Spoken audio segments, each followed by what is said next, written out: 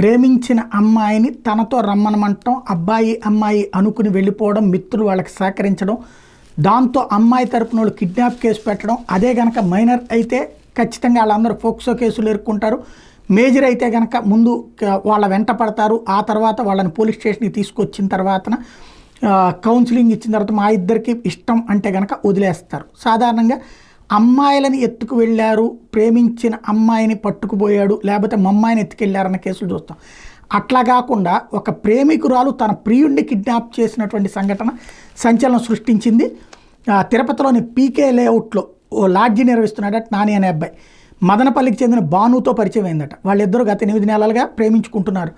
అయితే 3 నెలల నుంచి నాని అమ్మాయిని దూరం పెట్టాడు. ఈ క్రమంలో భాను తన లవర్ మీద కోపం పెంచుకుంది. మరో 4 సహాయంతో మదనపల్లి నుంచి వచ్చి పీకేలో లాడ్జిలో ఉన్నటువంటి నానిని ఇన్నోవా కారులో కిడ్నాప్ చేసి తీసుకెళ్ళింది.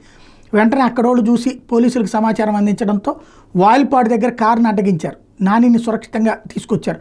పోలీసులు చూసి కిడ్నాపర్లు పరారయ్యారు. ఇప్పుడు అబ్బాయి కంప్లైంట్ ఇచ్చాడు, నా లవర్ నన్ను కిడ్నాప్ చేసిందని. దాంతో ఇప్పుడు ఆ దిశగా దర్యాప్తు చేస్తున్నారు.